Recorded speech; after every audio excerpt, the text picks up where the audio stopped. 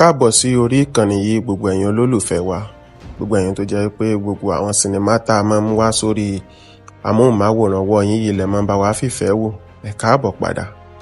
A sì mọ̀ wípé gẹ́gẹ́ bẹ́ẹ̀ ti mọ̀ pé ìgbádùn tí òun ni làálàá kòkó jànjàn ti wà, kò ní sú wa, kò ní rẹ̀yìn. Ẹ má fìfẹ́ bá wa lọ. Ẹ mọ̀ pé orí ìkànnì yìí ni ìkànnì tá a ti máa ń mú oríṣiríṣi sinimá wá fún yín. Àwọn sinimá àwòyanu, àwọn sinimá àwòṣe àwọn sinimá tá a máa ń wò wípé ṣerú àwọn nǹkan báyìí sì tún wà nínú ayé, ṣerú àwọn nǹkan báyìí sì ń ṣẹlẹ̀, bẹ́ẹ̀ sì ni ń ṣẹlẹ̀. Ẹ sì mọ̀ wípé gbogbo àwọn sinimá tí ò bá lálàáfíà àwo ò lè mú wá fún yín. Sinimá tá a bá ti mú wá ẹ ti mọ̀ wípé débẹ̀ kọ̀ǹfàmù ni. Gbogbo àwọn sinimá tá a máa ń mú wá lẹ́yìn gangan máa sọ pé ṣé àwọn sinimá yìí ṣé ó ṣẹlẹ̀ bẹ́ẹ̀ lójú ayé ni. Lélẹ̀ tá a sì mọ̀ wípé gbogbo àwọn sinimá yìí ọ̀pọ̀ nínú wọn máa ṣẹlẹ̀ lójú ayé, tó sì jẹ́ pé gbogbo àwọn nǹkan tó ṣẹlẹ̀ la máa fi ṣe sinimá káàkiri fún yín. Sinimá wo wá la tún wá mú wá fún yín lọ́jọ́ tòní? Sinimá náà ni Àkúdà apá kejì. Ẹ ti wo sinimá Àkúdà apá kìíní, ẹ rí bó ṣe lọ. Sinimá ọ̀hún ló wá láti ọwọ́ Yétúndé Barnabas. Ẹ sì mọ̀ pé gbogbo sinimá tí Yétúndé Barnabas bá ṣe, ẹ mọ̀ pé igi tí elébèdè bá fọwọ́ tẹ̀ ni gbogbo ẹni máa ń dún. Ẹ mọ̀ pé Yétúndé Barnabas ó wà lára àwọn èèyàn tó jẹ́ wípé wọn ò lè fọwọ́rọ́ sẹ́yìn nínú àwọn òṣèré obìnrin tó wà lórílẹ̀‐èdè adúláwọ̀. Ẹ sì mọ̀ pé gbogbo sinimá tó bá ti ṣe sinimá àwòyanu ni, sinimá àwòṣe àwò sọ pé eléyìí tó kọjá bẹ́ẹ̀, sinimá alágbára ló máa ń ṣe. Ẹ ti wo Àkúdà apá kìíní, apá kejì là ń bá yín pò papọ̀ yìí. Láti wá wo sinimá Àkúdà apá kejì, ẹ subscribe sórí channel yìí, ẹ like post yìí, kẹ́ share rẹ̀. Ẹ wá bọ́ síbi description wa, ẹ rí líǹkì kan bẹ̀, ẹ kílíkì líǹkì yìí ni ó gbé yín lọ síbi tẹ́ ti wo sinimá Àkúdà apá kejì. Ẹ bọ́ sínú comment section kẹ́ sọ pé ready to watch Àkúdà part 2. Tẹ́ bá ti wá ṣe léyìí tán, ẹ wá ṣe kíni, ẹ wá share post yìí, kẹ́ like ẹ̀. Àmọ́ ẹ rántí pé àkọ́kọ́ náà ẹ subscribe sórí channel yìí. Àkọ́kọ́ ká tó kó sọ̀rọ̀ gbogbo àwọn ẹ̀kọ́ tí sinimá ẹ̀kọ́ wa, kí ni ń jẹ́ Àkúdà? Àkúdà àyà gangan ni àpètàn rẹ̀. Àkúdà àyà, àwọn Yorùbá, ẹni tó bá jọmọ Yorùbá tó wà lára àwọn tó ń follow wa, wọ́n mọ̀ wípé àkúdà àyà oríṣiríṣi ọ̀nà òun ló pín sí. Àkúdà àyà ó ní ẹni tó ti kú níbì kan tó sì ń ṣẹ̀ṣẹ̀ mí ń bò mí. Wọ́n lè jẹ́ èèyàn, wọ́n lè jẹ́ ẹranko, kò sí nǹkan tí ò lè ṣẹlẹ̀ láàrin àwọn ẹranko náà bá ṣe ń wò yẹn. Àkúdà àyà lè yàn tó ti kú lápá ibìkan tá a sì ti sin wọ́n, àbí tí wọ́n ti kú níbi tí wọ́n ń gbé tí wọn ò sì mọ̀ nílé, tó jẹ́ pé wọ́n sì ń sáyé lọ nínú ìlú ibòmíì, ó ní Àkúdà. Ẹ ti wo apá kìíní, ẹ rí wípé bó ṣe lọ ọ̀dà. Apá kejì láti wá pòpọ̀ yìí àti fẹ́ bá yín gbé jáde. Káwá tó bá yín gbé jáde, a fẹ́ mọ bẹ́yìn èèyàn wa gangan sí ń retí sinimá Àkúdà sí. Láti wá wo sinimá Àkúdà apá kejì látọwọ́ ọmọ yín ọ̀rẹ́ yín Yétúndé Barnabas. Kí ni àwọn nǹkan tẹ́ ṣe? Àkọ́kọ́ náà, ẹ subscribe sórí channel yìí. Ẹlẹ́ẹ̀kejì, ẹ like post yìí, kẹ́ share rẹ̀. Ẹlẹ́ẹ̀kẹtẹ wá bọ́ sí inú description wa, ẹ bọ́ sínú comment section, kẹ́ wá kọ pé ready to watch Àkúdà part 2. Tẹ́ bá ti kọ sínú comment section tán, ẹ wá bọ́ síbi description, ẹ rí líǹkì kan bẹ̀, ẹ kílíkì líǹkì yìí, líǹkì yìí ni ó gbé lọ síbi tẹ́ ti wo sinimá Àkúdà apá kejì. Bẹ́ẹ̀ ni, ẹ mọ̀ pé Yorùbá bọ̀ wọ́n ní ẹnìkan ìjáwádé, ọ̀pọ̀ èèyàn ní sì ń jẹ́dẹ̀ mọ́. Ká tó bọ́ síbi apá ibi tí àwọn ẹ̀kọ́ tí sinimá ẹ̀kọ́ wa, ẹ mọ̀ pé oríṣiríṣi ẹ̀kọ́ ló kọ́ wa. Èmi gangan tí mo ń sọ̀rọ̀ ti ká lára mi, ẹ̀kọ́ yìí tí sinimá yìí kọ́ mi, ó fẹ́ tó 20 ẹ̀kọ́. Ó lè kọ́ ẹ̀yin jù bẹ́ẹ̀ lọ, ó sì lè mẹ́kọ̀ọ́ ẹ̀yin tó bẹ́ẹ̀, torí gbogbo wa lè sùn ká kọrí ibì kan náà. Àwọn ẹ̀kọ́ tí sinimá yìí kọ́ wa ń sọ, ẹ̀yin náà ẹ lè kọ́ tí yín sínú comment section. Ṣùgbọ́n ká tó wá bọ́ síbẹ̀, àwọn wo ló pa ọwọ́ pọ̀ tó pa ìmọ̀ pọ̀ láti kó pa pẹ̀lú sinimá Àkúdà àyà yìí, tí wọ́n ṣe pẹ̀lú ọ̀rẹ́ wa, ọmọ wa, olólùfẹ́ wa Yétúndé Barnabas. Ẹ já dárúkọ gbogbo wọn, ká sì lù wọ́n lọ́gọ ẹnu pé wọ́n káre. Torí mo ti rí àwọn Nollywood tí wọ́n ti ń ṣiṣẹ́, bí gbogbo wọn ṣe àtì nínú sinimá yìí ó tún yàtọ̀, ara ọ̀tọ̀ ni. Yétúndé Barnabas, òun ni ó play character Bẹ́wàjì. Yẹ̀kínní Ibrahim, òun ló play character Àrídùnnú. Ọdún ọmọ Adékọ́lá, òun ló play character Professor. Habib Alagbe, òun ló play character Ọdúnsìn. Tóyìn Aláùsá òun ló play character ìyá Modúpẹ́. Kúnlé Omísore òun ni bàbá Modúpẹ́. Rihanna Kúkòyí òun ló play character Modúpẹ́. Abdullahi Fatai òun ló play character Báyọ̀nlé. Oyíndàmọ́lá Sanni òun ló play character Rọ̀mọ́kẹ́ ìyẹn Mọ́dọ́lá. Àbáyọ̀mí Possible òun ló play character Agent. Martin Ọ̀gbẹ́bọ̀ òun ló play character Ibrahim. Ṣẹ̀wárí bàbá Ìsùbílíàwù. Asisat Soromu òun ló play character Bọ̀m̀bọ́. Ojúmọ́lá Bello òun ló play character Ìdìmẹ́dì. Adérójú Ọlárìnrìn òun ló play character Múráyọ̀. Dàdá Olúwaṣọlá òun ló play character Ṣọlá. Aishat Michael Esin òun ló play character Dámilọ́lá. Tọ́lá Ọládòkun òun ló play character Ìyá Àrídùnnú. Ṣẹ̀wárí Akínfọlárìn òun náà wà lára àwọn tí wọ́n jọ ṣe sinimá yìí. Gbogbo àwọn tí wọ́n ṣe sinimá tí wọ́n pa ọwọ́ pọ̀ tí wọ́n ṣe sinimá Àkúdà òun làwọn tá a dákọ̀ yìí. Sinimá yìí jẹ́ sinimá kan tó jẹ́ pé kò sí àwọ́ọ̀dù tó yẹ wọ́n gbé sí lẹ́gbẹ̀ẹ́ tí ò yẹ kó gbà, torí wípé ìfarabalẹ̀ la fi ṣe sinimá yìí, ìfarabalẹ̀ tí ò lẹ́lẹ́gbẹ́ ni. Gbogbo àwọn tí wọ́n sì ti ń wo sinimá ọ̀hún ni wọ́n ti ń lù wá lọ́gọ̀ ẹnu pé àṣé àkó ọpọlọ lélẹ̀ tí mo sì mọ̀ wípé bẹ́yìn ṣe ń wò tẹ́ ń gbádùn rẹ̀ òun ló fà wá náà ní inspiration láti máa mú wá lọ́tùnlọ́tùn ló sì fún yín. Sinimá Àkúdà yìí sinimá tó lọ́ fà ni, sinimá tó lágbára ni, sinimá tó jẹ́ wípé ẹ̀yin gan ti mọ̀ pé ó bẹ́ǹtì gan ó lọ́ fà. Ṣé wá rí sinimá yìí ti wá apá kìíní àti wá apá kejì, ẹ wo àwọn ẹ̀kọ́ tó kọ́ wa. Apá kejì la fẹ́ bá yín gbé bọ́ta yẹ sì mọ̀ pé yóò lọ́ fà. Láti wá wo Àkúdà part 2, ẹ subscribe sórí channel yìí, ẹ like post yìí, kẹ́ share rẹ̀. Ẹ wá bọ́ sínú description wa, ẹ rí comment section náà, ẹ comment ready to watch Àkúdà part 2. Tẹ́ bá ti comment tán, ẹ wá bọ́ síbi description, ẹ rí link kan bẹ́ẹ̀ click ẹ. Link yìí ni ó gbé yín lọ síbi tẹ́tí wo sinimá Àkúdà apá kejì. Sinimá Àkúdà apá kejì ó jẹ́ sinimá tó jẹ́ wípé ó lọ fà. Yàtọ̀ sí pé ẹ̀ ń wo sinimá Àkúdà, oríṣiríṣi ẹ̀kọ́ ti sinimá Àkúdà ó kọ́ wa ó lọ fà. Àkọ́kọ́, ẹ jẹ́ ká ní tẹ́lọ́rùn pẹ̀lú gbogbo nǹkan tó tọ́lọ́run bá ti fún wa, ẹ jẹ́ á ní tẹ́lọ́rùn. Tẹ́ bá wo character Mọ́dọ́lá, ẹ rí i pé kò ní tẹ́lọ́rùn pẹ̀lú ọkọ tọ́lọ́run fún un, torí ẹ̀ ló tó fi rànjú mọ́ ex rẹ̀ èèyàn tó jẹ́ Àrídùnnú. Ilé tó sì jẹ́ wípé gbogbo nǹkan tó fẹ́ àtẹlé tí ó fẹ́ ló yẹ kó sọ fọ́kọ rẹ̀, bó bá ṣe pa gidi àbí nǹkan kan ni ó fi sọ fún yọ gbà sílẹ̀ nù ńgbà tó bá yá, kì í ṣe wípé kó tún wá rí ex rẹ̀ kó tún rànjú mọ́. Ẹlẹ́ẹ̀kejì ni wípé sẹ́rí àìkọbiara àìlàkàsí àtàìkọbiara sí a máa ṣekú pa ọ̀pọ̀lọpọ̀. Tẹ́ bá wo ìyá Modúpẹ́, ẹ̀yùn tí àbíkẹ́ wọn jẹ́ Báyọ̀nlé, ẹ rí wípé Ọlọ́run fún wọn ní ẹ̀bùn kan tọ́mọ wọn ní láti tètè rí àwọn nǹkan kankan bí aburú lójú ọ̀nà, tó sì ń sọ fún ìyá àti bàbá rẹ̀ pé nǹkan báyìí lọ́nu lé nǹkan báyìí lọ́nu lé yìí tí wọ́n kọ́ bí ara sí. Lélẹ̀ tó jẹ́ wípé ó padà ń ṣẹlẹ̀ lójú ayé, tó ń sọ fún wọn pé bí mo ṣe ń wo TV yìí nǹkan tí ń ṣẹlẹ̀ ó dàbí pé nǹkan yìí náà ní ṣẹlẹ̀ nù lé yìí o, ṣùgbọ́n wọ́n ṣe kí ni wọn kọ́ bí ara sí. Wọ́n ní ẹ̀yìn pẹ́pẹ́sẹ́ TV tí ń wò ní ló ti pọ̀ jù kọ́ lọ́ máa wo cartoon. Lélẹ̀ tó sì jẹ́ pé ẹ̀bùn tọ́lọ́run fún un láti yọ àwọn ẹbí rẹ̀ nínú ewu, àwọn ẹbí rẹ̀ ni ó kọ́ ibi ara sí. Wọ́n sọ pé ó ń wo tẹlifíṣàn jù ni. Ṣé rí ẹ̀bùn tọ́lọ́run bá fún yàn, ẹ̀bùn tọ́lọ́run máa fún yàn ó lóríṣiríṣi ni. Ó lè fẹ́ lòmí lẹ́bùn pé kó mẹ́kàn sùn, ó lè fẹ́ lòmí lẹ́bùn wípé kó mọ̀rọ̀ sọ, ẹlòmíì rè irọ́ ni ó máa pa, ẹ̀bùn oríṣiríṣi lọ́lọ́run máa fún yàn. Ẹlòmíì sì rí orin ni ó máa kọ, ẹlòmíì rè ebú ni ó máa bú. Bó bá sì gbé búbú tó bá lè gbé dórí tẹlifíṣàn yóò máa dòwó fún ọ ni. Àwọn míì rè ẹ̀bùn àlá lọ́lọ́run máa fún wọn. So ẹ̀bùn tọ́lọ́run bá wa fún wa tiwa ni pé láti bring it out fún successful ilé ayé, ká sì má fi ní ọmọ ẹni kejì lára. Sinimá Àkúdà apá kìíní yẹn ẹ̀rígbó lọ́fà, ó kọ́ wa lẹ́kọ̀ọ́ oríṣiríṣi tá a lè fi ṣe òdiwọ̀n alẹ́ ayé wa ni. Ẹ wá gbádùn apá kìíní, apá kejì a fẹ́ mọ̀ bẹ́ẹ̀ ṣe ń retí rẹ̀ sí ẹ̀yìn, torí iye kọ́mẹ́ǹtì tá a bá rí láfimọ̀ wípé ẹ̀yin tiwa ẹ̀ ń retí sinimá Àkúdà ní tòótọ́ ni. Ó yá, àkọ́kọ́ ẹ subscribe sórí channel yìí. Tẹ́ bá ti subscribe tán, ẹ like post yìí, kẹ́ share rẹ̀. Tẹ́ bá ti like ẹ̀ tán tẹ́ share, ẹ wá bọ́ sínú comment section kẹ́ sọ pé ready to watch Àkúdà part 2. Yes, ready to watch Àkúdà part 2. Ẹ wá bọ́ síbi description wa, ẹ rí link kan bí description wa, ẹ click link yìí. Tẹ́ bá ti click link yìí ni ó gbé yín lọ síbi tẹ́tí wo sinimá Àkúdà apá kejì látọwọ́ ọmọ yín, olólùfẹ́ yín, ọ̀rẹ́ yín, Yétúndé Barnabas.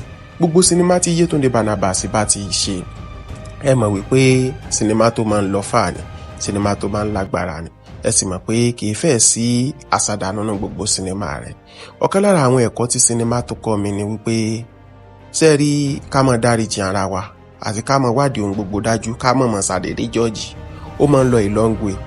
Ẹ wo ìgbà tí Yétúndé Barnabas tó ká ọkọ rẹ̀ àti ọ̀rẹ́ rẹ̀ tán kiss ara wọn, tó bá ṣe pé bó ṣe ká wọn ló bá fàbọn yọ, ló bá dàbò wọn ní ọba kú, kò ní mọ̀ wípé ara Abímọ́dọ́lá ló ya ẹni bí ẹni òfò tí ò lè gbójú ńlẹ̀ lọ́rọ̀ ọkọ ọlọ́kọ, meanwhile ìwọ ló break up pẹ̀lú ẹ̀.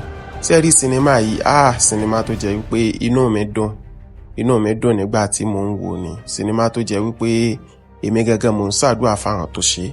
Ẹ wo sinimá yìí, ẹ lọ wò. Gbogbo ẹ̀yin tẹ́ bá ń wo sinimá látijọ́ yìí, tó bá jẹ́ pé ẹ tí wo sinimá Àkúdà, ẹ tí wo sinimá rárá lọ́sẹ̀ yìí, sinimá tó yẹ kẹ́ ẹ máa wò lásìkò yìí ni Àkúdà. Ṣé rí apá kìíní lẹ ti wò, ẹ gbádùn rẹ̀, ẹ̀yin gẹ́gẹ́ mọ̀ pé a gbọ́dọ̀ máa parọ́ fúnra wa. Ẹ gbádùn sinimá Àkúdà bí ẹ gbádùn rẹ̀. Apá kejì láti wá bá yín púpọ̀ àti mẹ́pọ̀, àti yá ó sì di yíyá. Ó kù kákàn gbé bọ́ọ̀tà kẹ́ ẹ mọ̀ jẹ gbádùn rẹ̀. Ṣùgbọ́n a fẹ́ mọ iye èèyàn tó jẹ́ wípé wọ́n retí Àkúdà. Kì í kàn sí pé a kàn drop ẹ̀ fún yín láìsí pé bóyá ẹ̀yin gẹ́gẹ́ retí ẹ̀. A fẹ́ mọ iye ẹ̀yin tó jẹ́ wípé ẹ ti ń retí sinimá Àkúdà. Láti wá wo sinimá Àkúdà apá kejì, àkọ́kọ́ ẹ subscribe sórí channel yìí, ẹlẹ́ẹ̀kejì ẹ like post yìí, ẹ share rẹ̀. Ẹ wá bọ́ sínú comment section kẹ́ comment kẹ́ sọ pé ready to watch Àkúdà part 2. Tẹ́ bá ti wá kọ tán, iye comment tá a bá rí láfi mọ̀ wípé àwọn èèyàn ti wá, wọ́n ti ṣetán láti wo sinimá Àkúdà. Àwa náà ní dá yín lágara àgbébọ́ta. Sinimá Àkúdà látọwọ́ ọmọ yín, ọ̀rẹ́ yín, olólùfẹ́ yín Yétúndé Barnabas. Sinimá tó lọ fà tó láàmìlàkà ni. Ẹ lọ wò ó. Ẹ káàbọ̀ sí orí ìkànnì yìí gbogbo ẹ̀yin olólùfẹ́ wa.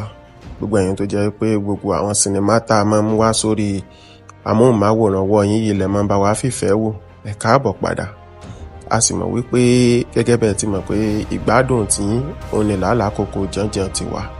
Kò ní sú wa, kò ní rẹ̀yìn. Ẹ máa fìfẹ́ bá wa lọ. Ẹ mọ̀ pé orí ìkànnì yìí ni ìkànnì tá a ti máa mú oríṣiríṣi sinimá wá fún yín.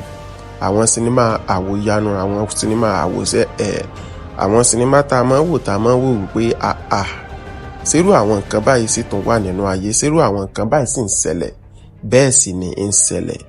Ẹ sì mọ̀ wípé gbogbo àwọn sinimá tí ò bá lálàáfíà àwo ò lè mú wá fún yín. Sinimá tá a bá ti mú wá, ẹ ti mọ̀ wípé débẹ̀ confirm ni. Gbogbo àwọn sinimá tá a máa mú wá lẹ́yìn gẹ́gẹ́ mọ́ sọ pé ṣé àwọn sinimá yìí ṣé ó ṣẹlẹ̀ bẹ́ẹ̀ lójú ayé ni. Lélẹ̀ tá a sì mọ̀ wípé gbogbo àwọn sinimá yìí ọ̀pọ̀ nínú wọn máa ṣẹlẹ̀ lójú ayé, tó sì jẹ́ pé gbogbo àwọn nǹkan tó ṣẹlẹ̀ la máa fi ṣe sinimá káàkiri fún yín. Sinimá wo wá la tún wá mú wá fún yín lọ́jọ́ tòní? Sinimá náà ni Àkúdà apá kejì. Ẹ ti wo sinimá Àkúdà apá kìíní, ẹ rí bó ṣe lọ. Sinimá ọ̀hún ló wá láti ọwọ́ Yétúndé Barnabas. Ẹ sì mọ̀ pé gbogbo sinimá tí Yétúndé Barnabas bá ṣe, ẹ mọ̀ pé igi tí elébèdé bá fọwọ́ tẹ̀ ni gbogbo ẹni máa ń dún. Ẹ mọ̀ pé Yétúndé Barnabas ó wà lára àwọn èèyàn tó jẹ́ wípé wọn lè fọwọ́rọ́ sẹ́yìn nínú àwọn òṣèré obìnrin tó wà lórílẹ̀‐èdè adúláwọ̀. Ẹ sì mọ̀ pé gbogbo sinimá tó bá ti ṣe sinimá àwòyanu ni, sinimá àwòṣe àwò sọ pé eléyìí tó kọjá bẹ́ẹ̀, sinimá alágbára ló máa ń ṣe. Ẹ ti wo Àkúdà apá kìíní, apá kejì là ń bá yín pò papọ̀ yìí. Láti wá wo sinimá Àkúdà apá kejì, ẹ subscribe sórí channel yìí, ẹ like post yìí, kẹ́ share rẹ̀. Ẹ wá bọ́ síbi description wa, ẹ rí líǹkì kan bẹ̀, ẹ kílíkì líǹkì yìí ni ó gbé yín lọ síbi tẹ́ ti wo sinimá Àkúdà apá kejì. Ẹ bọ́ sínú comment section kẹ́ sọ pé ready to watch Àkúdà part 2. Tẹ́ bá ti wá ṣe léyìí tán, ẹ wá ṣe kíni, ẹ wá share post yìí, kẹ́ like ẹ̀. Àmọ́ ẹ rántí pé àkọ́kọ́ náà ẹ subscribe sórí channel yìí. Àkọ́kọ́ ká tó kó sọ̀rọ̀ gbogbo àwọn ẹ̀kọ́ tí sinimá ẹ̀kọ́ wa, kí ni ń jẹ́ Àkúdà? Àkúdà àyà gangan ni àpètàn rẹ̀. Àkúdà àyà, àwọn Yorùbá, ẹni tó bá jọmọ Yorùbá tó wà lára àwọn tó ń follow wa, wọ́n mọ̀ wípé àkúdà àyà oríṣiríṣi ọ̀nà òun ló pín sí. Àkúdà àyà ó ní ẹni tó ti kú níbì kan tó sì ń ṣẹ̀ṣẹ̀ mí ń bò mí. Wọ́n lè jẹ́ èèyàn, wọ́n lè jẹ́ ẹranko, kò sí nǹkan tí ò lè ṣẹlẹ̀ láàrin àwọn ẹranko náà bá ṣe ń wò yẹn.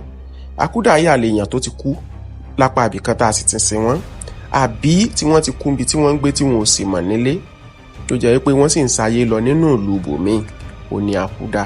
Ẹ ti wo apá kìíní, ẹ rí wípé bó ṣe lọ ó dáa. Apá kejì láti wá pòpọ̀ yìí àti fẹ́ bá yín gbé jáde. Káwá tó bá yín gbé jáde, a fẹ́ mọ̀ bẹ́yìn èèyàn wa gangan sí ń retí sinimá Àkúdà sí. Láti wá wo sinimá Àkúdà apá kejì látọwọ́ ọmọ yín ọ̀rẹ́ yín Yétúndé Barnabas. Kí ni àwọn nǹkan tẹ́ ṣe? Àkọ́kọ́ náà, ẹ subscribe sórí channel yìí. Ẹlẹ́ẹ̀kejì, ẹ like post yìí kẹ́ share rẹ̀. Ẹlẹ́ẹ̀kẹtẹ wá bọ́ sí inú description wa, ẹ bọ́ sínú comment section. Kẹ́ wá kọ pé ready to watch Àkúdà part 2. Tẹ́ bá ti kọ sínú comment section tán, ẹ wá bọ́ síbi description. Ẹ rí líǹkì kan bẹ̀. Ẹ kílíkì líǹkì yìí, líǹkì yìí ni ó gbé lọ síbi tẹ́ ti wo sinimá Àkúdà apá kejì. Bẹ́ẹ̀ ni, ẹ mọ̀ pé Yorùbá bọ̀ wọ́n ní ẹnìkan ìjáwádé, ọ̀pọ̀ èèyàn ní sì ń jẹ́dẹ̀ mọ́. Ká tó bọ́ síbi apá ibi tí àwọn ẹ̀kọ́ tí sinimá ẹ̀kọ́ wa, ẹ mọ̀ pé oríṣiríṣi ẹ̀kọ́ ló kọ́ wa. Èmi gangan tí mo ń sọ̀rọ̀ ti ká lára mi, ẹ̀kọ́ yìí tí sinimá yìí kọ́ mi ó fẹ́ tó 20 ẹ̀kọ́. Ó lè kọ́ ẹ̀yin jù bẹ́ẹ̀ lọ, ó sì lè mẹ́kọ̀ọ́ ẹ̀yin tó tó bẹ́ẹ̀, torí gbogbo wa lè sùn ká kọrí ibì kan náà. Àwọn ẹ̀kọ́ tí sinimá yìí kọ́ wa ń sọ, ẹ̀yin náà ẹ lè kọ́ tí yín sínú comment section. Ṣùgbọ́n ká tó wá bọ́ síbẹ̀, àwọn wo ló pa ọwọ́ pọ̀ tẹ́ pa ìmọ̀ pọ̀n láti kópa pẹ̀lú sinimá Àkúdà àyà yìí tí wọ́n ṣe pẹ̀lú ọ̀rẹ́ wa, ọmọ wa, olólùfẹ́ wa Yétúndé Barnabas. Ẹ já dárúkọ gbogbo wọn ká sì lù wọ́n lọ́gọ ẹnu pé wọ́n káre. Torí mo ti rí àwọn Nollywood tí wọ́n ti ń ṣiṣẹ́, bí gbogbo wọn ṣe act nínú sinimá yìí ó tún yàtọ̀, ara ọ̀tọ̀ ni. Yétúndé Barnabas, òun ni ó play character Bẹ́wàjì. Yẹ̀kínní Ibrahim, òun ló play character Àrídùnnú. Ọdúnọmọ Adékọ́lá, òun ló play character Professor. Habib Alagbe, òun ló play character Ọdúnsìn. Tóyìn Aláùsá, òun ló play character Ìyá Modúpẹ́. Kúnlé Omísore, òun ni bàbá Modúpẹ́. Rihanna Kúkòyí, òun ló play character Modúpẹ́. Abdullahi Fatai, òun ló play character Báyọ̀nlé. Oyíndàmọ́lá Sanni, òun ló play character Rọ̀mọ́kẹ́ ìyẹn Mọ́dọ́lá. Àbáyọ̀mí Possible, òun ló play character Agent. Martin Ọ̀gbẹ́bọ̀, òun ló play character Ibrahim. Ṣẹ̀wárí Bàbá Ìsùbílíàwù, Asisat Soromu, òun ló play character Bọ̀m̀bọ̀. Ojúmọ́lá Bello, òun ló play character Ìdìmẹ́dì. Adérójú Ọlárìnrìn, òun ló play character Múráyọ̀. Dàdá Olúwaṣọlá, òun ló play character Ṣọlá. Aishat Michael Leeson, òun ló play character Dámilọ́lá. Tọ́lá Ọládòkun, òun ló play character Ìyá Àrídùnnú. Ṣẹ̀wárí Akínfọlárìn, òun náà wà lára àwọn tí wọ́n jọ ṣe sinimá yìí. Gbogbo àwọn tí wọ́n ṣe sinimá tí wọ́n pa ọwọ́ pọ̀ tí wọ́n ṣe sinimá Àkúdà, òun làwọn tá a dákọ̀ yìí. Sinimá yìí jẹ́ sinimá kan tó jẹ́ pé kò sí àwọ́ọ̀dù tó yẹ wọ́n gbé sí lẹ́gbẹ̀ẹ́ tí ò yẹ kó gbà, torí wípé ìfarabalẹ̀ la fi ṣe sinimá yìí, ìfarabalẹ̀ tí ò lẹ́lẹ́gbẹ́ ni. Gbogbo àwọn tí wọ́n sì ti ń wo sinimá ọ̀hún ni wọ́n ti ń lù wá lọ́gọ̀ ẹnu pé àṣé àkó ọpọlọ. Lélẹ̀ tí mo sì mọ̀ wípé bẹ́yìn ṣe ń wò tẹ́ ń gbádùn rẹ̀, òun ló fà náà ní inspiration láti máa mú wá lọ́tùnlọ́tùn ló sì fún yín. Sinimá Àkúdà yìí sinimá tó lọ́ fà ni, sinimá tó lágbára ni, sinimá tó jẹ́ pé ẹ̀yin gan ti mọ̀ pé ó bẹ́ǹtì gan, ó lọ́ fà. Ṣé wá rí sinimá yìí ti wá apá kìíní àti wá apá kejì, ẹ wo àwọn ẹ̀kọ́ tó kọ́ wa. Apá kejì la fẹ́ bá yín gbé bọ́ta yẹ sì mọ̀ pé yóò lọ́ fà. Láti wá wo Àkúdà part 2, ẹ subscribe sórí channel yìí, ẹ like post yìí kẹ́ share rẹ̀. Ẹ wá bọ́ sínú description wa, ẹ rí comment section náà, ẹ comment ready to watch Àkúdà part 2. Tẹ́ bá ti comment tán, ẹ wá bọ́ síbi description, ẹ rí líǹkì kan bẹ́ẹ̀ click ẹ̀. Líǹkì yìí ni ó gbé yín lọ síbi tẹ́ ti wo sinimá Àkúdà apá kejì. Sinimá Àkúdà apá kejì ó jẹ́ sinimá tó jẹ́ wípé ó lọ fà. Yàtọ̀ sí pé ẹ̀ ń wo sinimá Àkúdà, oríṣiríṣi ẹ̀kọ́ tí sinimá Àkúdà ó kọ́ wa ó lọ fà. Àkọ́kọ́, ẹ jẹ́ ká ní tẹ́lọ́rùn pẹ̀lú gbogbo nǹkan tó tọ́lọ́run bá ti fún wa, ẹ jẹ́ á ní tẹ́lọ́rùn. Tẹ́ bá wo character Mọ́dọ́lá, ẹ rí i pé kò ní tẹ́lọ́rùn pẹ̀lú ọkọ tọ́lọ́run fún, torí ẹ̀ ló tó fi rànjú mọ́ ex rẹ̀, èèyàn tó jẹ́ Àrídùnnú. Ilé tó sì jẹ́ wípé gbogbo nǹkan tó fẹ́ àtìlẹ́ tí ó fẹ́ ló yẹ kó sọ fọ́kọ rẹ̀, bó bá ṣe pa gidi àbí nǹkan kan ni ó fi sọ fún ni, yóò gbà sílẹ̀ nù ńgbà tó bá yá, kì í ṣe wípé kó tún wá rí ex rẹ̀ kó tún rànjú mọ́.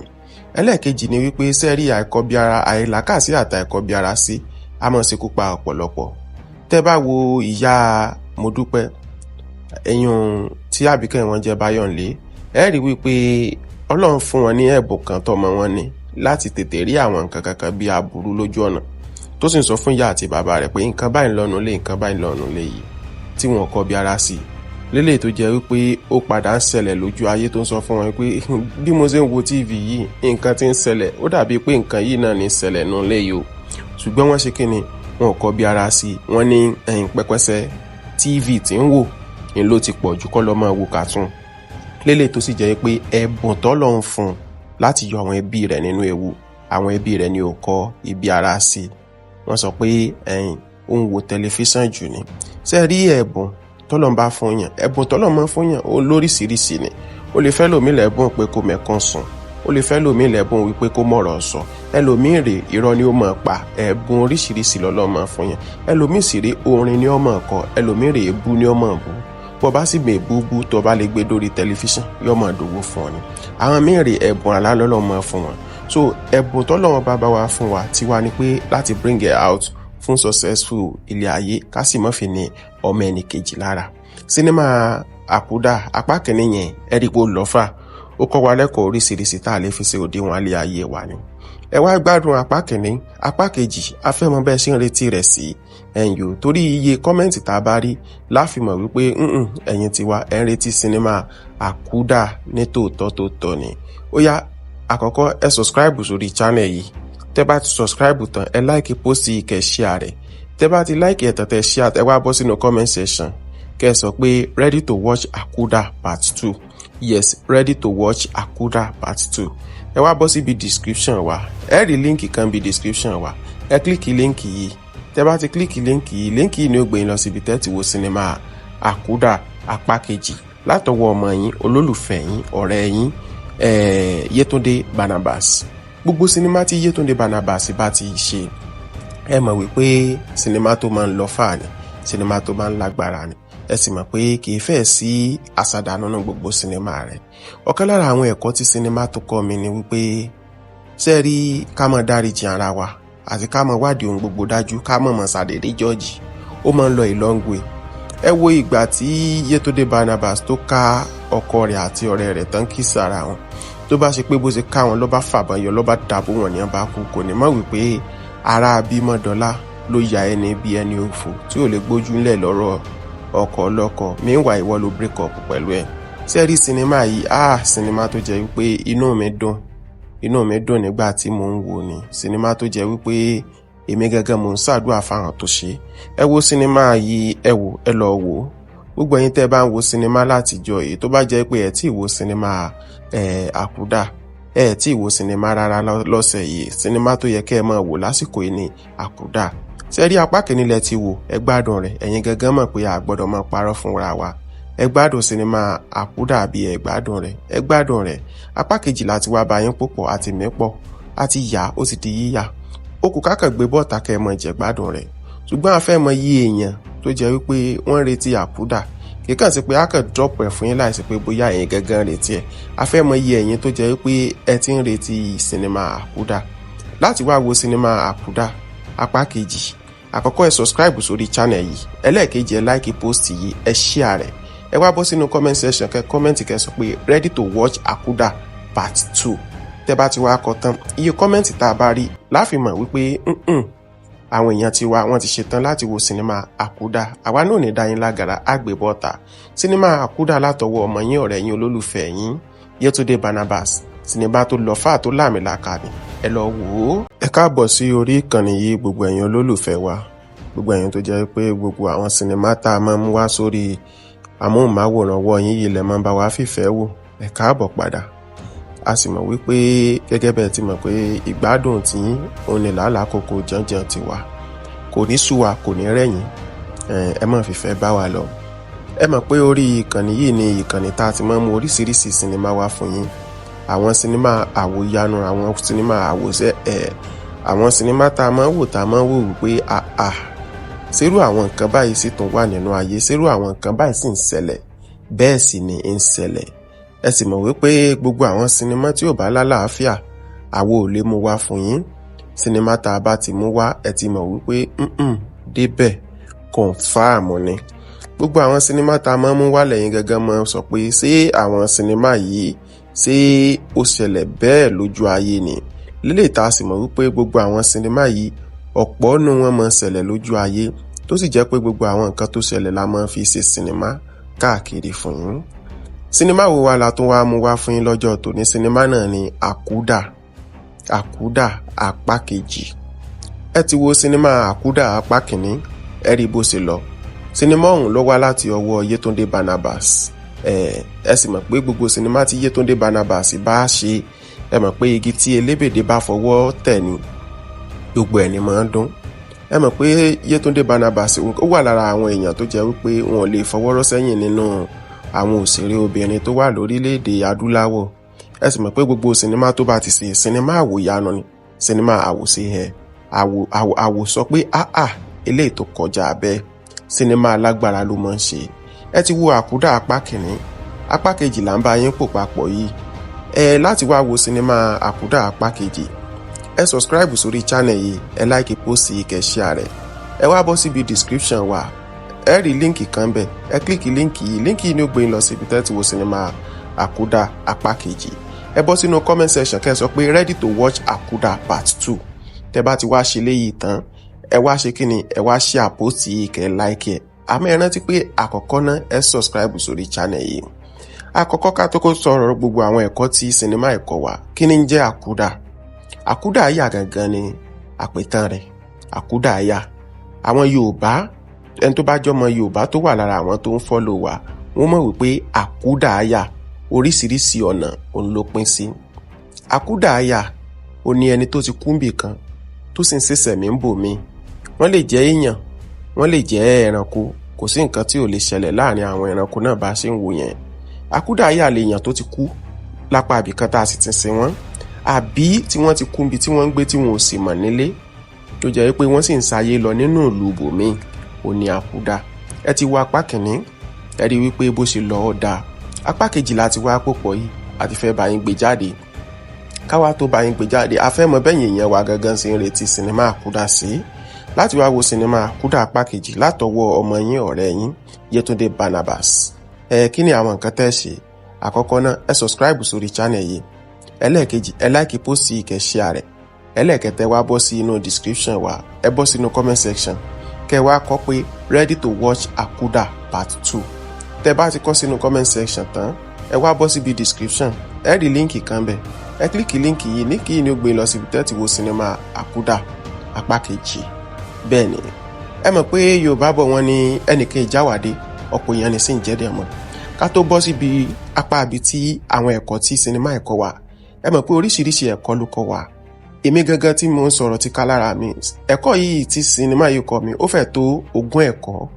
Ó lè kọ́ ẹ̀yin jù bẹ́ẹ̀ lọ, ó sì lè mẹ́kọ̀ọ́ ẹ̀yin tó bẹ́ẹ̀, torí gbogbo wa lè sùn ká kọrí ibì kan náà.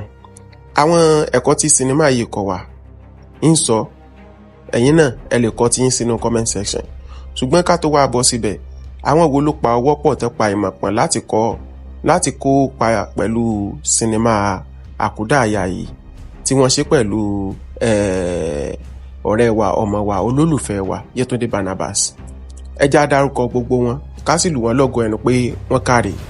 Torí mo ti rí àwọn Nollywood tí wọ́n ti ń ṣiṣẹ́, bí gbogbo wọn ṣe áàtì nínú sinimá yìí, ó tún yàtọ̀, ara ọ̀tọ̀ ni. Yétúndé Barnabas, òun ni ó play character Bẹ́wàjì. Yẹ̀kínní Ibrahim, òun ló play character Àrídùnnú. Ọdún ọmọ Adékọ́lá, òun ló play character Professor. Habib Alagbe, òun ló play character Ọdúnsìn. Tóyìn Aláùsá, òun ló play character Ìyá Modúpẹ́. Kúnlé Omísore, òun ni bàbá Modúpẹ́. Rihanna Kúkòyí, òun ló play character Modúpẹ́. Abdullahi Fatai, òun ló play character Báyọ̀nlé. Oyíndàmọ́lá Sanni, òun ló play character Rọ̀mọ̀kẹ́ ìyẹn Mọ́dọ́lá. Àbáyọ̀mí Possible, òun ló play character Agenti. Martin Ọ̀gbẹ́bọ̀, òun ló play character Ibrahim. Ṣẹ̀wárí bàbá Ìsùbílíàwù. Asisat Soromu, òun ló play character Àbọ̀nbọ̀. Ojúmọ́lá Bello, òun ló play character Ìdìmẹ́dì. Adérójú Ọlárìnrìn, òun ló play character Múráyọ̀. Dàdá Olúwaṣọlá, òun ló play character Ṣọlá. Aishat Michael Esin, òun ló play character Dámilọ́lá. Tọ́lá Ọládòkun, òun ló play character Ìyá Àrídùnnú. Ṣẹ̀wárí Akínfọlárìn, òun náà wà lára àwọn tí wọ́n jọ ṣe sinimá yìí. Gbogbo àwọn tí wọ́n ṣe sinimá tí wọ́n pa ọwọ́ pọ̀ tí wọ́n ṣe sinimá àkúdà, òun làwọn tá a dákọ̀ yìí. Sinimá yìí jẹ́ sinimá kan tó jẹ́ pé kò sí àwọ́ọ̀dù tó yẹ wọ́n gbé sí lẹ́gbẹ̀ẹ́ tí ò yẹ kó gbà, torí wípé ìfarabalẹ̀ la fi ṣe sinimá yìí, ìfarabalẹ̀ tí ò lẹ́lẹ́gbẹ́ ni. Gbogbo àwọn tí wọ́n sì ti ń wo sinimá ọ̀hún ni wọ́n ti ń lù wá lọ́gọ ẹnu pé àṣé àkó ọpọlọ lélẹ̀ tí mo sì mọ̀ wípé bẹ́yìn ṣe ń wò tẹ́ ń gbádùn rẹ̀, òun ló fáwa náà ní inspiration láti máa mú wá lọ́tùnlọ́tùn ló sì fún yín. sinimá àkúdà yìí sinimá tó lọ́fà ni, sinimá tó lágbára ni, sinimá tó jẹ́ pé ẹ̀yin gan ti mọ̀ pé ó bẹ́ntì gan, ó lọ́fà. Ṣé wá rí sinimá yìí ti wá apá kìíní àti wá apá kejì, ẹ wo àwọn ẹ̀kọ́ tó kọ́ wa. Apá kejì la fẹ́ bá yín gbé bọ́ta yìí, ẹ sì mọ̀ pé yóò lọ́fà. Láti wá wo àkúdà part 2, ẹ subscribe sórí channel yìí, ẹ like post yìí, kẹ́ share rẹ̀. Ẹ wá bọ́ sínú description wa, ẹ rí comment section náà, ẹ comment ready to watch àkúdà part 2. Tẹ́ bá ti comment tán, ẹ wá bọ́ síbi description, ẹ rí link kan bẹ́ẹ̀ click ẹ. Link yìí ni ó gbé yín lọ síbi tẹ́tí wo sinimá àkúdà apá kejì. Sinimá àkúdà apá kejì ó jẹ́ sinimá tó jẹ́ wípé ó lọ́fà. Yàtọ̀ sí pé ẹ̀ ń wo sinimá àkúdà, oríṣiríṣi ẹ̀kọ́ tí sinimá àkúdà ó kọ́ wa ó lọ́fà. Àkọ́kọ́, ẹ jẹ́ ká ní tẹ́lọ́rùn pẹ̀lú gbogbo nǹkan tó tọ́lọ́run bá ti fún wa, ẹ jẹ́ á ní tẹ́lọ́rùn. Tẹ́ bá wo kárátà Ọmọdọ́lá, ẹ rí i pé kò ní tẹ́lọ́rùn pẹ̀lú ọkọ tọ́lọ́run fún un, torí ẹ̀ ló tó fi ránjú mọ́ ex rẹ̀, èèyàn tó jẹ́ àrídùnnú. Ilé tó sì jẹ́ wípé gbogbo nǹkan tó fẹ́ àtìlẹ́ tí ó fẹ́ ló yẹ kó sọ fọ́kọ rẹ̀, bó bá ṣe pagídí àbí nǹkan kan ni ó fi sọ fún ni, yóò gbà sílẹ̀ nù ńgbà tó bá yá, kìí ṣe wípé kó tún wá rí ex rẹ̀ kó tó ránjú mọ́. Ẹlẹ́ẹ̀kejì ni wípé sẹ́rí àìlàkàsí àtàìkọbiara sí a máa ṣekú pa ọ̀pọ̀lọpọ̀. Tẹ́ bá wo ìyá Modúpẹ́, ẹ̀yùn tí àbíkẹ́ wọn jẹ́ Báyọ̀nlé, ẹ rí wípé Ọlọ́run fún wọn ní ẹ̀bùn kan tọ́mọ wọn ní láti tètè rí àwọn nǹkan kankan bí aburú lójú ọ̀nà, tó sì ń sọ fún ìyá àti bàbá rẹ̀ pé nǹkan báyìí lọ́nu lé nǹkan báyìí lọ́nu lé yìí, tí wọn kọ́ bí ara sí lélẹ̀ tó jẹ́ wípé ó padà ń ṣẹlẹ̀ lójú ayé, tó ń sọ fún wọn pé bí mo ṣe ń wo TV yìí nǹkan tí ń ṣẹlẹ̀ ó dàbí pé nǹkan yìí náà ní ṣẹlẹ̀ nù lé yìí o, ṣùgbọ́n wọ́n ṣe kí ni wọn kọ́ bí ara sí. wọ́n ní pẹ́pẹ́sẹ́ TV tí ń wò ní ló ti pọ̀ jù kọ́ lọ́ máa wo cartoon, lélẹ̀ tó sì jẹ́ pé ẹ̀bùn tọ́lọ́run fún láti yọ àwọn ẹbí rẹ̀ nínú ewu, àwọn ẹbí rẹ̀ ni ò kọ́ ibi ara sí. Wọ́n sọ pé ó ń wo tẹlifíṣàn jù ni. Ṣé rí ẹ̀bùn tọ́lọ́run bá fún yàn, ẹ̀bùn tọ́lọ́run máa fún yàn ó lóríṣiríṣi ni. Ó lè fẹ́ lòmí lẹ́bùn pé kó mẹ́kàn sùn, ó lè fẹ́ lòmí lẹ́bùn wípé kó mọ̀rọ̀ sọ, ẹlòmíì rè irọ́ ni ó máa pa, ẹ̀bùn oríṣiríṣi lọ́lọ́run máa fún yàn. Ẹlòmíì sì rí orin ni ó máa kọ, ẹlòmíì rè ebú ni ó máa bú. Bó bá sì gbé búbú tó bá lè gbé dórí tẹlifíṣàn yóò máa dòwó fún ọ ni. Àwọn míì rè ẹ̀bùn àlá lọ́lọ́run máa fún wọn. So ẹ̀bùn tọ́lọ́run bá wa fún wa tiwa ni pé láti bring it out fún successful ilé ayé, ká sì má fi ní ọmọ ẹni kejì lára. Sinimá àkúdà apá kìíní yẹn ẹ̀rígbó lọ́fà, ó kọ́ wa lẹ́kọ̀ọ́ oríṣiríṣi tá a lè fi ṣe òdiwọ̀n alẹ́ ayé wa ni. Ẹ wá gbádùn apá kìíní, apá kejì afẹ́mọ bẹ́ẹ̀ ṣe ń retí rẹ̀ sí ẹ̀yìn, torí iye kọ́mẹ́ǹtì tá a bá rí láfimọ̀ wípé ẹ̀yin tiwa ẹ̀ ń retí sinimá àkúdà ní tòótọ́ ni. Ó yá, àkọ́kọ́ ẹ subscribe sórí channel yìí. Tẹ́ bá ti subscribe tán, ẹ like post yìí, kẹ́ share rẹ̀. Tẹ́ bá ti like ẹ̀ tán tẹ́ share, ẹ wá bọ́ sínú comment section kẹ́ sọ pé ready to watch àkúdà part 2. Yes, ready to watch àkúdà part 2. Ẹ wá bọ́ síbi description wa, ẹ rí link kan bí description wa, ẹ click link yìí. Tẹ́ bá ti click link yìí ni ó gbé yín lọ síbi tẹ́tí wo sinimá àkúdà apá kejì látọwọ́ ọmọ yín, olólùfẹ́ yín, ọ̀rẹ́ yín, Yétúndé Barnabas. Gbogbo sinimá tí Yétúndé Barnabas bá ti ṣe, ẹ mọ̀ wípé sinimá tó máa ń lọ́fà ni, sinimá tó máa ń lágbára ni. Ẹ sì mọ̀ pé kìí fẹ́ sí àsàdánù nínú gbogbo sinimá rẹ̀. Ọ̀kan lára àwọn ẹ̀kọ́ tí sinimá tó kọ́ mi ni wípé ṣé rí ká máa dáríjì ara wa àti ká máa wádìí ohun gbogbo dájú, ká máa ṣàdédé jọ́ọ̀jì, ó máa ń lọ a long way. Ẹ wo ìgbà tí Yétúndé Barnabas tó ká ọkọ rẹ̀ àti ọ̀rẹ́ rẹ̀ tán kí sára wọn, tó bá ṣe pé bó ṣe ká wọn ló bá fàbọn yọ, ló bá dàbò wọn ní ọba kú, kò ní mọ̀ wípé ara Abímọ́dọ́lá ló ya ẹni bí ẹni òfò tí ò lè gbójú ńlẹ̀ lọ́rọ̀ ọkọ ọlọ́kọ, meanwhile ìwọ ló break up pẹ̀lú ẹ̀.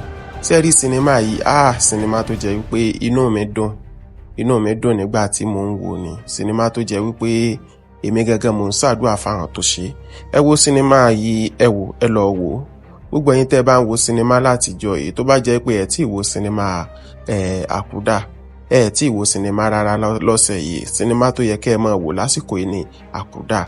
Ṣé rí apá kìíní lẹ ti wò, ẹ gbádùn rẹ̀, ẹ̀yin gẹ́gẹ́ mọ̀ pé a gbọ́dọ̀ máa parọ́ fúnra wa.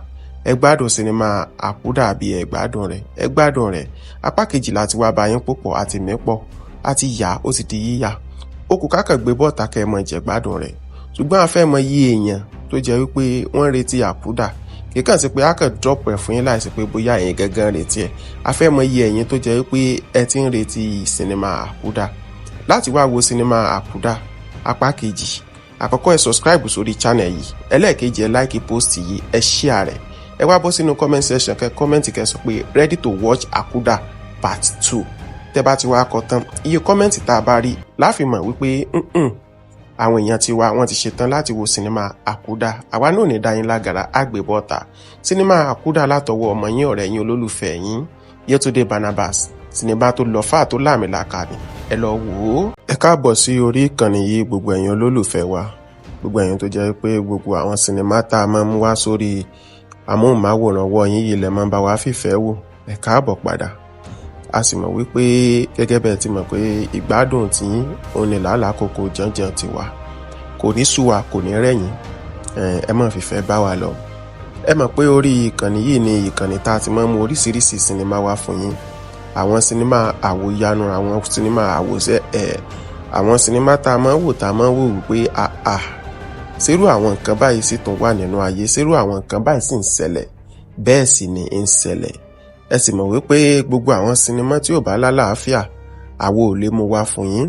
Sinimá tá a bá ti mú wá ẹ ti mọ̀ wípé débẹ̀ confirm ni. Gbogbo àwọn sinimá tá a máa ń mú wá lẹ́yìn gangan mọ́ sọ pé ṣé àwọn sinimá yìí ṣé ó ṣẹlẹ̀ bẹ́ẹ̀ lójú ayé ni. Lélẹ̀ tá a sì mọ̀ wípé gbogbo àwọn sinimá yìí ọ̀pọ̀ nínú wọn máa ń ṣẹlẹ̀ lójú ayé, tó sì jẹ́ pé gbogbo àwọn nǹkan tó ṣẹlẹ̀ la máa ń fi ṣe sinimá káàkiri fún yín. Sinimá wo wá la tún wá mú wá fún yín lọ́jọ́ tòní? Sinimá náà ni Àkúdà apá kejì. Ẹ ti wo sinimá Àkúdà apá kìíní, ẹ rí bó ṣe lọ. Sinimá ọ̀hún ló wá láti ọwọ́ Yétúndé Barnabas. Ẹ sì mọ̀ pé gbogbo sinimá tí Yétúndé Barnabas bá ṣe, ẹ mọ̀ pé igi tí elébèdé bá fọwọ́ tẹ̀ ni gbogbo ẹ̀ ni máa ń dún. Ẹ mọ̀ pé Yétúndé Barnabas ó wà lára àwọn èèyàn tó jẹ́ wípé wọn ò lè fọwọ́rọ́ sẹ́yìn nínú àwọn òṣèré obìnrin tó wà lórílẹ̀‐èdè adúláwọ̀. Ẹ sì mọ̀ pé gbogbo sinimá tó bá ti ṣe sinimá àwòyanu ni, sinimá àwòṣe àwò sọ pé eléyìí tó kọjá bẹ́ẹ̀, sinimá alágbára ló máa ń ṣe. Ẹ ti wo Àkúdà apá kìíní, apá kejì là ń bá yín pò papọ̀ yìí. Láti wá wo sinimá Àkúdà apá kejì, ẹ subscribe sórí channel yìí, ẹ like post yìí, kẹ́ share rẹ̀. Ẹ wá bọ́ síbi description wa, ẹ rí líǹkì kan bẹ̀, ẹ kílíkì líǹkì yìí ni ó gbé yín lọ síbi tẹ́ ti wo sinimá Àkúdà apá kejì. Ẹ bọ́ sínú comment section kẹ́ sọ pé ready to watch Àkúdà part 2. Tẹ́ bá ti wá ṣe léyìí tán, ẹ wá ṣe kíni, ẹ wá share post yìí, kẹ́ like ẹ̀. Àmọ́ ẹ rántí pé àkọ́kọ́ náà ẹ subscribe sórí channel yìí. Àkọ́kọ́ ká tó kó sọ̀rọ̀ gbogbo àwọn ẹ̀kọ́ tí sinimá ẹ̀kọ́ wa, kí ni ń jẹ́ Àkúdà? Àkúdà àyà gangan ni àpètàn rẹ̀. Àkúdà àyà, àwọn Yorùbá, ẹni tó bá jọmọ Yorùbá tó wà lára àwọn tó ń follow wa, wọ́n mọ̀ wípé àkúdà àyà oríṣiríṣi ọ̀nà òun ló pín sí. Àkúdà àyà ó ní ẹni tó ti kú níbì kan tó sì ń ṣẹ̀ṣẹ̀ mí ń bò mí. Wọ́n lè jẹ́ èèyàn, wọ́n lè jẹ́ ẹranko, kò sí nǹkan tí ò lè ṣẹlẹ̀ láàrin àwọn ẹranko náà bá ṣe ń wò yẹn. Àkúdà àyà lè yàn tó ti kú lápá ibìkan tá a sì ti sin wọ́n, àbí tí wọ́n ti kú níbi tí wọ́n ń gbé tí wọn ò sì mọ̀ nílé, tó jẹ́ pé wọ́n sì ń sáyé lọ nínú ìlú bòmíì, ó ní Àkúdà. Ẹ ti wo apá kìíní, ẹ rí wípé bó ṣe lọ ọ̀dà. Apá kejì láti wá pòpọ̀ yìí àti fẹ́ bá yín gbé jáde. Káwá tó bá yín gbé jáde, a fẹ́ mọ bẹ́yìn èèyàn wa gangan sí ń retí sinimá Àkúdà sí. Láti wá wo sinimá Àkúdà apá kejì látọwọ́ ọmọ yín ọ̀rẹ́ yín Yétúndé Barnabas. Kí ni àwọn nǹkan tẹ́ ṣe? Àkọ́kọ́ náà, ẹ subscribe sórí channel yìí. Ẹlẹ́ẹ̀kejì, ẹ like post yìí, kẹ́ share rẹ̀. Ẹlẹ́ẹ̀kẹtẹ́ wá bọ́ sí inú description wa, ẹ bọ́ sínú comment section kẹ́ wá kọ pé ready to watch Àkúdà part 2. Tẹ́ bá ti kọ sínú comment section tán, ẹ wá bọ́ síbi description, ẹ rí líǹkì kan bẹ̀, ẹ kílíkì líǹkì yìí, líǹkì yìí ni ó gbé lọ síbi tẹ́ ti wo sinimá Àkúdà apá kejì. Bẹ́ẹ̀ ni ẹ mọ̀ pé Yorùbá bọ̀ wọ́n ní ẹnìkan ìjáwádé ọ̀pọ̀ èèyàn ní sí ń jẹ́dẹ̀ mọ́. Ká tó bọ́ síbi apá ibi tí àwọn ẹ̀kọ́ tí sinimá ẹ̀kọ́ wa, ẹ mọ̀ pé oríṣiríṣi ẹ̀kọ́ ló kọ́ wa. Èmi gangan tí mo ń sọ̀rọ̀ ti ká lára mi, ẹ̀kọ́ yìí tí sinimá yìí kọ́ mi ó fẹ́ tó 20 ẹ̀kọ́. Ó lè kọ́ ẹ̀yin jù bẹ́ẹ̀ lọ, ó sì lè mẹ́kọ̀ọ́ ẹ̀yin tó bẹ́ẹ̀, torí gbogbo wa lè sùn ká kọrí ibì kan náà. Àwọn ẹ̀kọ́ tí sinimá yìí kọ́ wa ń sọ, ẹ̀yin náà ẹ lè kọ tí yín sínú comment section. Ṣùgbọ́n ká tó wá bọ́ síbẹ̀, àwọn wo ló pa ọwọ́ pọ̀ tẹ́ pa ìmọ̀ pọ̀n láti kọ́ láti kópa pẹ̀lú sinimá àkúdàáyà yìí tí wọ́n ṣe pẹ̀lú ọ̀rẹ́ wa, ọmọ wa, olólùfẹ́ wa Yétúndé Barnabas. Ẹ jẹ́ á dárúkọ gbogbo wọn ká sì lù wọ́n lọ́gọ ẹnu pé wọ́n káre, torí mo ti rí àwọn Nollywood tí wọ́n ti ń ṣiṣẹ́ bí gbogbo wọn ṣe áàtì nínú sinimá yìí ó tún yàtọ̀, ara ọ̀tọ̀ ni. Yétúndé Barnabas òun ni ó play character Bẹ́wàjì. Yẹ̀kínní Ibrahim òun ló play character Àrídùnnú. Ọdún ọmọ Adékọ́lá òun ló play character Professor. Habib Alagbe òun ló play character Ọdúnsìn. Tóyìn Aláùsá òun ló play character Ìyá Modúpẹ́. Kúnlé Omísore òun ni bàbá Modúpẹ́. Rihanna Kúkòyí òun ló play character Modúpẹ́. Abdullahi Fatai òun ló play character Báyọ̀nlé. Oyíndàmọ́lá Sanni òun ló play character Rọ̀mọ̀kẹ́ ìyẹn Mọ́dọ́lá. Àbáyọ̀mí Possible òun ló play character Agenti. Martin Ọ̀gbẹ́bọ òun ló play character Ibrahim. Ṣẹ̀wárí Bàbá Yusuf Biliawu. Asisat Soromu òun ló play character Bọ̀m̀bọ̀. Ojúmọ́lá Bello òun ló play character Ìdìmẹ́dì. Adéròjú Ọlánrìnrìn òun ló play character Múráyọ̀. Dàdá Olúwaṣọlá òun ló play character Ṣọlá. Aishat Michael Esin òun ló play character Dámilọ́lá. Tọ́lá Ọládòkun òun ló play character Ìyá Àrídùnnú. Ṣẹ̀wárí Akínfọlárìn òun náà wà lára àwọn tí wọ́n jọ ṣe sinimá yìí. Gbogbo àwọn tí wọ́n ṣe sinimá tí wọ́n pa ọwọ́ pọ̀ tí wọ́n ṣe sinimá àkúdà òun làwọn tá a dákọ̀ yìí. Sinimá yìí jẹ́ sinimá kan tó jẹ́ pé kò sí àwọ́ọ̀dù tó yẹ wọ́n gbé sí lẹ́gbẹ̀ẹ́ tí ò yẹ kó gbà, torí wípé ìfarabalẹ̀ la fi ṣe sinimá yìí, ìfarabalẹ̀ tí ò lẹ́lẹ́gbẹ́ ni.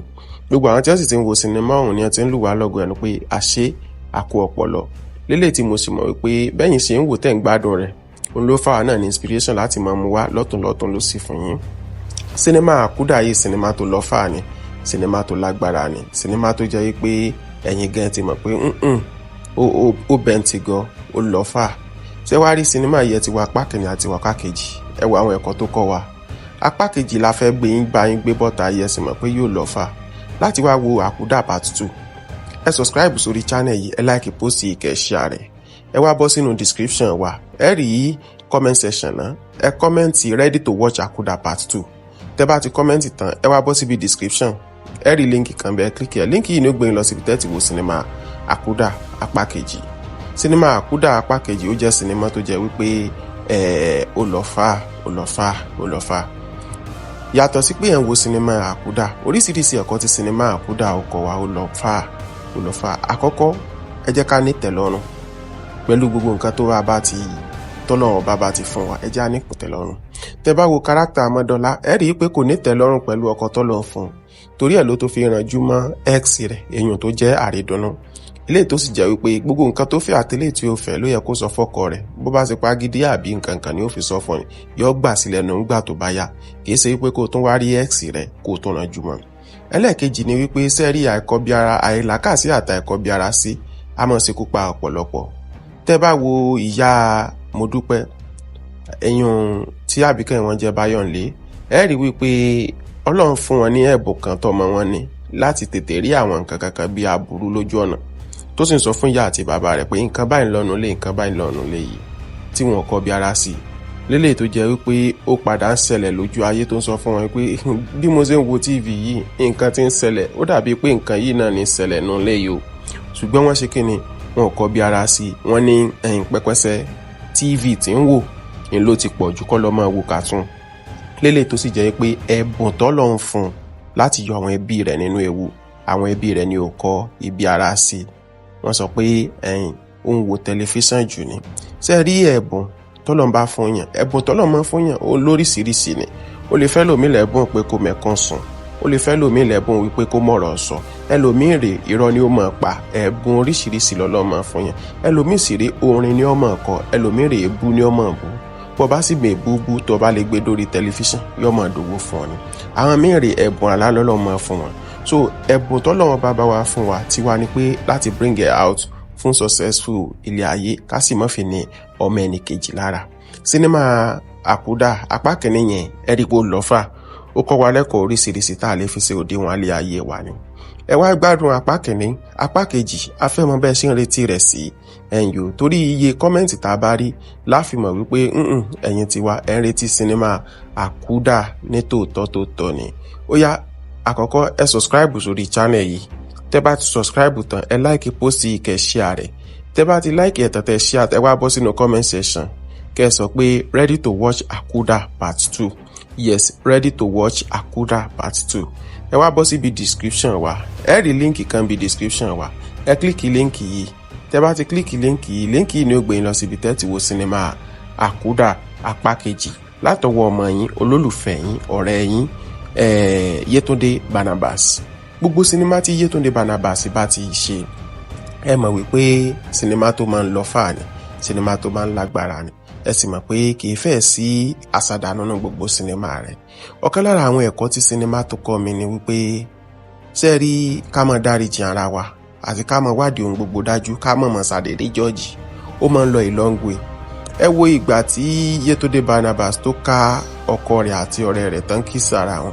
Tó bá ṣe pé bó ṣe ká wọn ló bá fàbọn yọ, ló bá dàbò wọn ní ọba kú, kò ní mọ̀ wípé ara Abímọ́dọ́lá ló ya ẹni bí ẹni òfò tí ò lè gbójú ńlẹ̀ lọ́rọ̀ ọkọ ọlọ́kọ. Meanwhile ìwọ ló break up pẹ̀lú ẹ̀.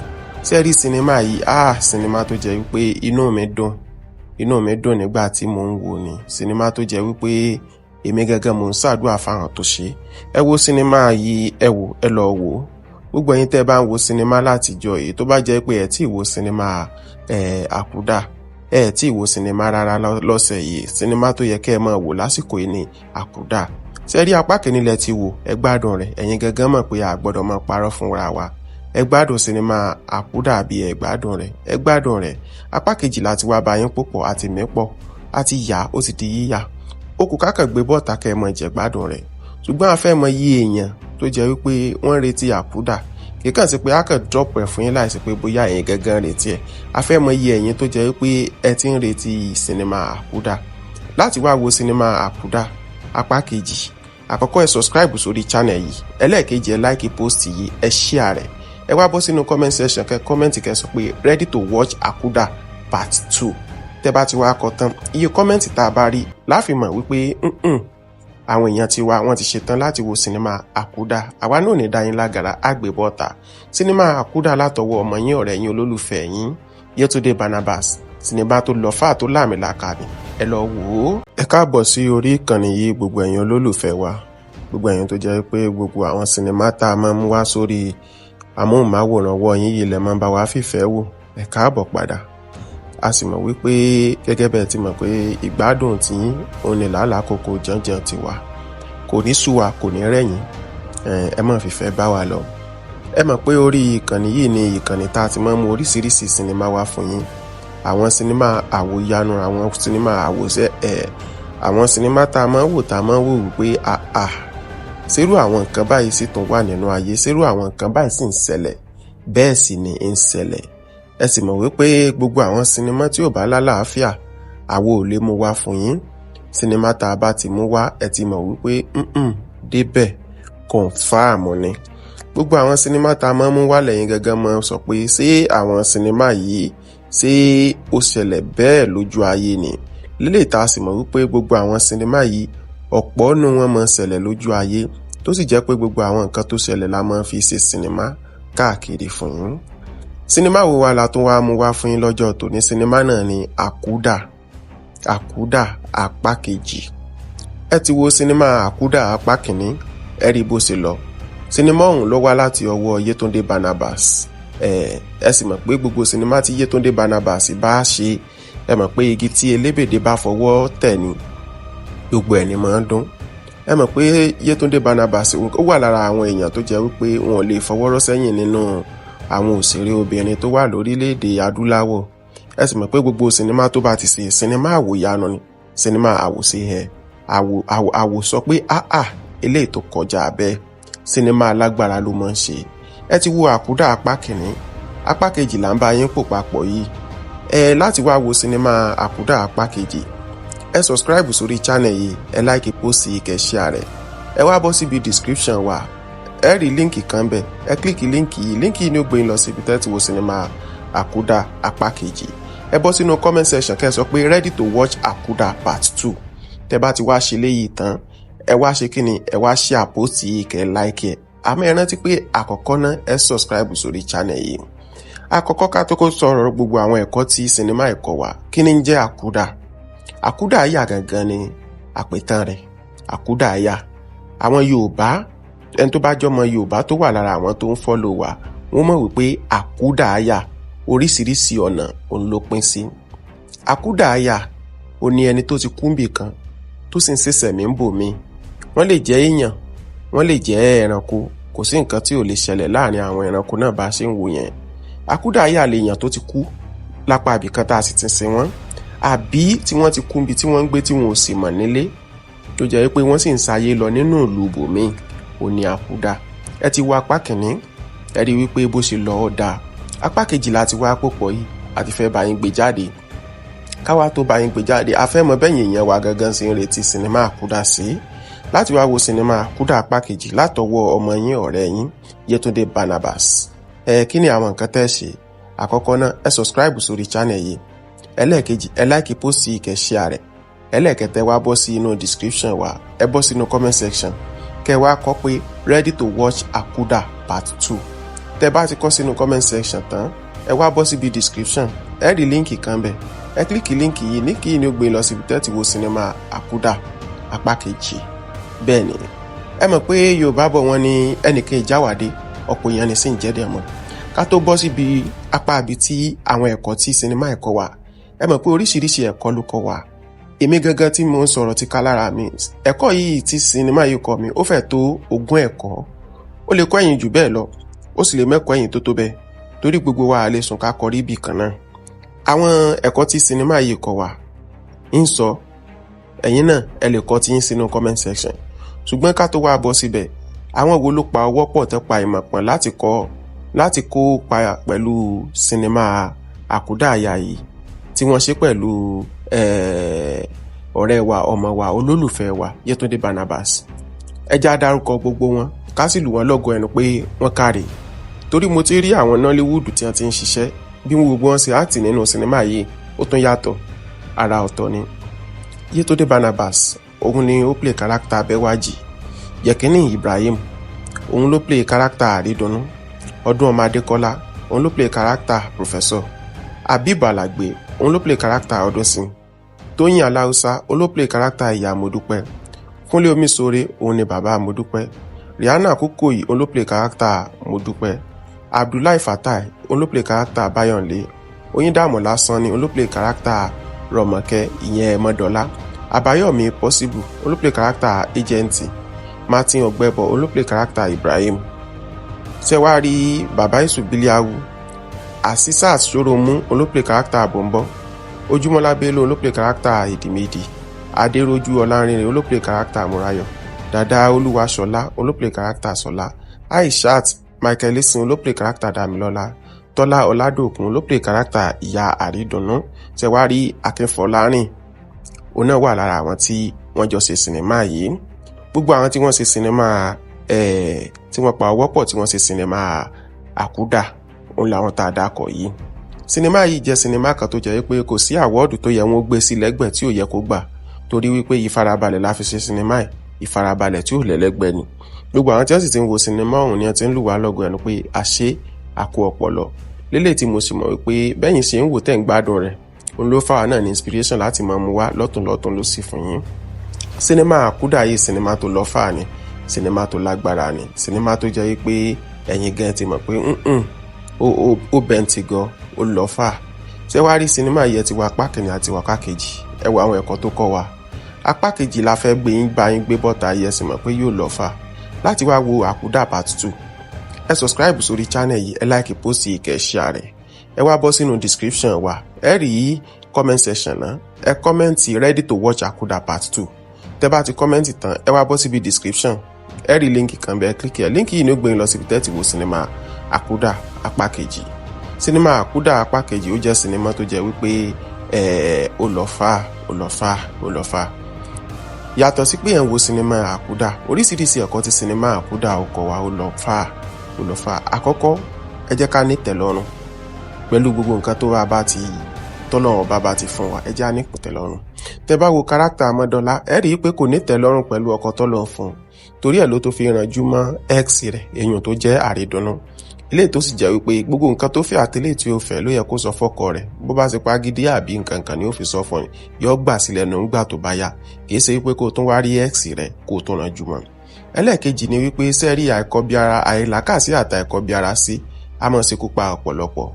tẹ́ bá wo ìyá Modúpẹ́ ẹ̀yùn tí Àbíkẹ́ wọn jẹ́ Báyọ̀nlé, ẹ rí wípé Ọlọ́run fún wọn ní ẹ̀bùn kan tọ́mọ wọn ní láti tètè rí àwọn nǹkan kankan bí aburú lójú ọ̀nà, tó sì ń sọ fún ìyá àti bàbá rẹ̀ pé nǹkan báyìí lọ́nu lé nǹkan báyìí lọ́nu lé yìí tí wọ́n kọ́ bí ara sí lélẹ̀ tó jẹ́ wípé ó padà ń ṣẹlẹ̀ lójú ayé, tó ń sọ fún wọn pé bí mo ṣe ń wo TV yìí nǹkan tí ń ṣẹlẹ̀ ó dàbí pé nǹkan yìí náà ní ṣẹlẹ̀ nù lé yìí o, ṣùgbọ́n wọ́n ṣe kíni wọn kọ́ bí ara sí. wọ́n ní ẹ̀yìn pẹ́pẹ́sẹ́ TV tí ń wò ń ló ti pọ̀ jù kọ́ lọ́ máa wo cartoon, lélẹ̀ tó sì jẹ́ pé ẹ̀bùn t'Ọlọ́run fún láti yọ àwọn ẹbí rẹ̀ nínú ewu, àwọn ẹbí rẹ̀ ni ó kọ́ ibi ara sí. wọ́n sọ pé ẹ̀yin ó ń wo tẹlifíṣàn jù ni. ṣé rí ẹ̀bùn t'Ọlọ́run bá fún yàn, ẹ̀bùn t'Ọlọ́run máa fún yàn ó lóríṣiríṣi ni. ó lè fẹ́ lòmí lẹ́bùn pé kó mẹ́kàn sùn, ó lè fẹ́ lòmí lẹ́bùn wípé kó mọ̀rọ̀ sọ, ẹlòmíì rè irọ́ ni ó máa pa. ẹ̀bùn oríṣiríṣi l'Ọlọ́run máa fún yàn. ẹlòmíì sì rè orin ni ó máa kọ, ẹlòmíì rè ebú ni ó máa bú.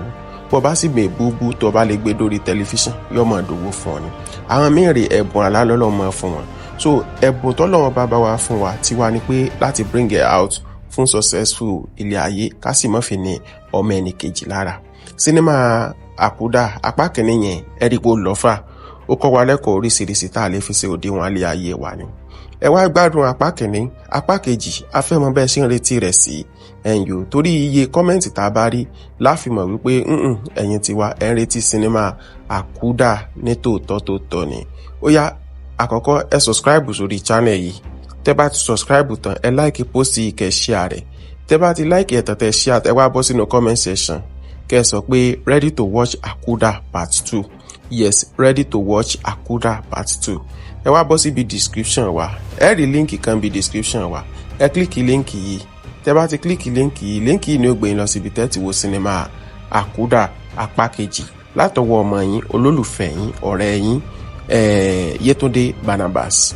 gbogbo sinimá tí Yétúndé Barnabas bá ti ṣe ẹ mọ̀ wípé sinimá tó máa ń lọ fà ní, sinimá tó máa ń lágbára ni. ẹ sì mọ̀ pé kì í fẹ́ sí àsàdánù nínú gbogbo sinimá rẹ̀. ọ̀kan lára àwọn ẹ̀kọ́ tí sinimá tó kọ́ mi ni wípé ṣé rí ká má dáríjì ara wa àti ká má wádìí ohun gbogbo dájú, ká má mọ̀ ṣàdédé jọ́ọ̀jì, ó máa ń lọ long way. ẹ wo ìgbà tí Yétúndé Barnabas tó ká ọkọ rẹ̀ àti ọ̀rẹ́ rẹ̀ tán kí sára wọn, tó bá ṣe pé bó ṣe ká wọn ló bá fàbọn yọ ló bá dàbò wọn ní ọba kú, kò ní mọ̀ wípé ara Abímọ́dọ́lá ló ya ẹni bí ẹni òfò tí ò lè gbójú ńlẹ̀ lọ́rọ̀ ọkọ ọlọ́kọ. meanwhile ìwọ ló break up pẹ̀lú ẹ̀. sẹ́rí sinimá yìí sinimá tó jẹ́ wípé inú mi dùn nígbà tí mò ń wò ni. sinimá tó jẹ́ wípé èmi gẹ́gẹ́ mò ń ṣàdúrà fáwọn tó ṣe. ẹ wo sinimá yìí, ẹ lọ wò. gbogbo ẹ̀yin tẹ́ bá ń wo sinimá látijọ́ èyí tó bá jẹ́ pé ẹ tí wo sinimá Àkúdà, ẹ tí wo sinimá rárá lọ́sẹ̀ yìí, sinimá tó yẹ kẹ́ ẹ máa wò lásìkò yìí ni Àkúdà. sẹ́rí apá kìíní lẹ ti wò, ẹ gbádùn rẹ̀. ẹ̀yin gẹ́gẹ́ mọ̀ pé a gbọ́dọ̀ máa parọ́ fúnra wa. ẹ gbádùn sinimá Àkúdà bí ẹ gbádùn rẹ̀. apá kejì láti wá bá yín púpọ̀ àti mẹ́pọ̀ àti yá ó sì di yíyá. ó kù kákàn gbé bọ́ọ̀tà kẹ́ ẹ mọ̀ jẹ gbádùn rẹ̀. ṣùgbọ́n a fẹ́ mọ iye èèyàn tó jẹ́ wípé wọ́n retí Àkúdà, kì í kàn sí pé a kàn drop ẹ̀ fún yín láìsí pé bóyá ẹ̀yin gẹ́gẹ́ retí ẹ̀. a fẹ́ mọ iye ẹ̀yin tó jẹ́ wípé ẹ ti ń retí sinimá Àkúdà. láti wá wo sinimá Àkúdà apá kejì, àkọ́kọ́ ẹ subscribe sórí channel yìí, ẹlẹ́ẹ̀kejì ẹ like post yìí, ẹ share rẹ̀. ẹ wá bọ́ sínú comment section kẹ́ comment kẹ́ sọ pé ready to watch Àkúdà part 2. tẹ́ bá ti wá kọ tán, iye comment tá a bá rí láfimọ̀ wípé àwọn èèyàn ti wá wọ́n ti ṣetán láti wo sinimá Àkúdà. àwa náà ní dáyín lágara àgbébọ́ta. sinimá Àkúdà látọwọ́ ọmọ yín ọ̀rẹ́ yín olólùfẹ́ yín Yétúndé Barnabas. sinimá tó lọ fà tó láàmìlàkà ni, ẹ lọ wò ó.